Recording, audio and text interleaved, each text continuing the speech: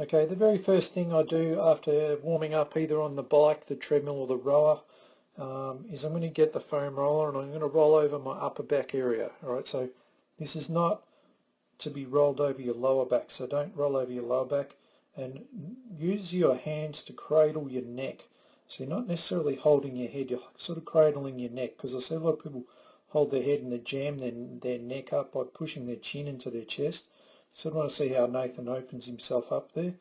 And usually I'll roll over it, say 3 or 4 times, and then I'll find a spot on my upper back area around my shoulder blades and just gently open my posture up without forcing it, and then just hold it there for a few seconds and then just move down like a vertebrae at a time. You'll see Nathan sort of readjust himself a few times to probably where he wants to be, and that's a great way to start off your workout. Very great for anyone with shoulder problems, neck problems, and even lower back problems for that matter. Alright, so there's step 1. Okay, so once we've warmed up, we've done our foam rolling on our upper back area, it's time to roll over the hips and the legs, which are common areas for a lot of stiffness, especially if you're a knee pain person, hip pain, which might be giving you problems in the lower back. Really rolling through this area is very important, and to do this quite often daily. But remember, you must have done a decent warm-up to warm the area up first. So Ellie's rolling over the side of the leg here, from the hips down to the side of the knee. Now she's going to adjust and roll over the sort of the glute and hip area itself, sort of exploring any areas that may be a bit stiff and tight.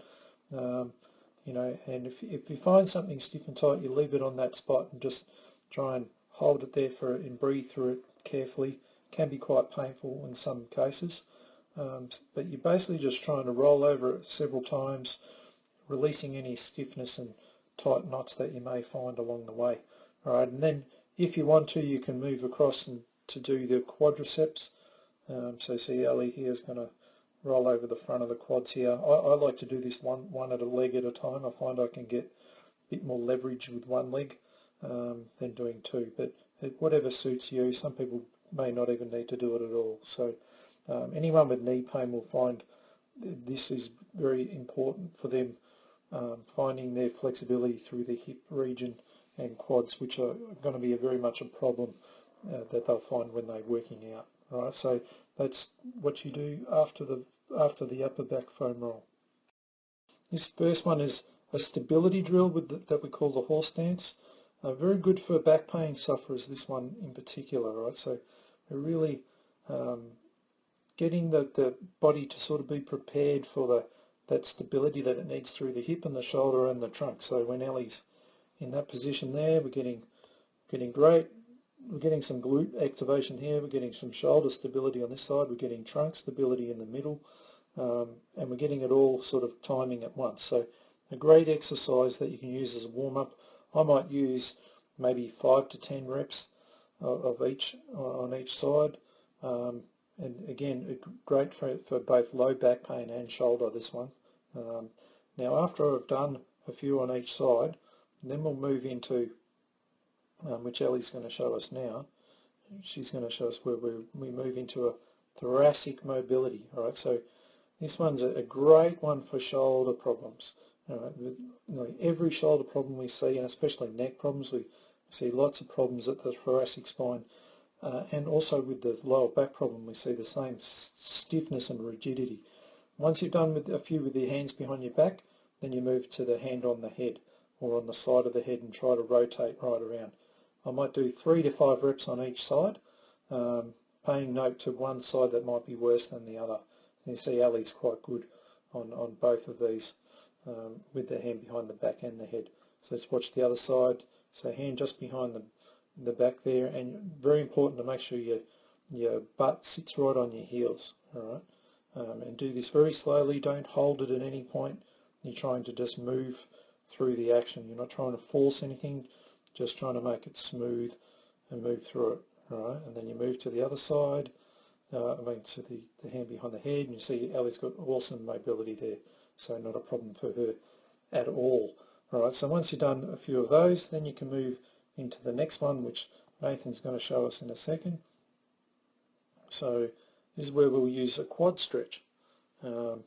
Now, most of the time we won't stretch before. If we're a general person with no problems, I wouldn't want to use stretching, but in low back problem we quite often find a lot of hip issues. So this is specific for a hips loosening thing. So Nathan's going to show us we might hold this quad stretch on each side for, I don't know, 30 seconds or so. And he's going to do the other side. So he's showing you how to get in and out of position. So you use your hands on the ground, your foot on the ball, and then very gently try to sit up straight.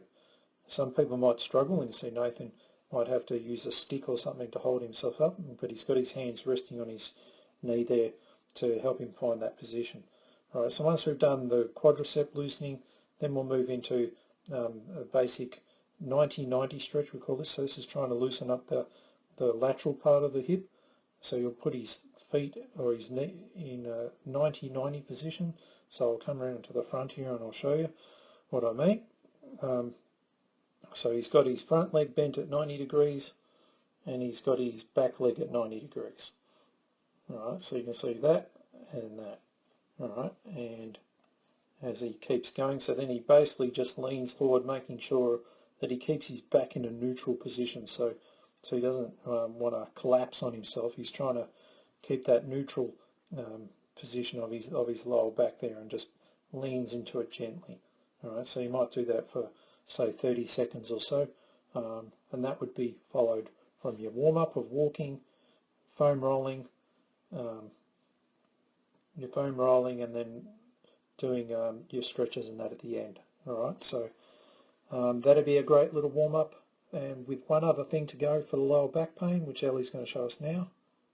The very last drill we would use as warm-up for low back pain is the wader's bow, which is really the deadlifting action, or in life it's just called bending over.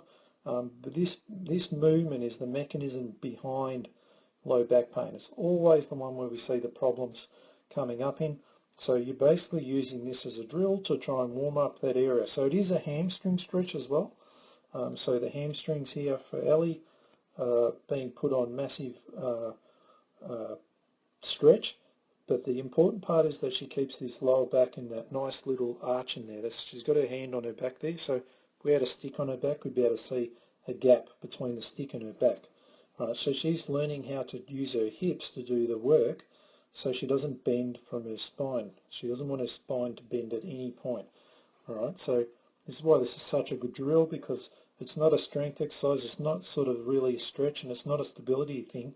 It's a bit of a slash combination of mobility and stability at the same time, but really it's a coordination movement that you need to learn if you have low back pain. Alright, so that's an excellent one to use in your warm-up.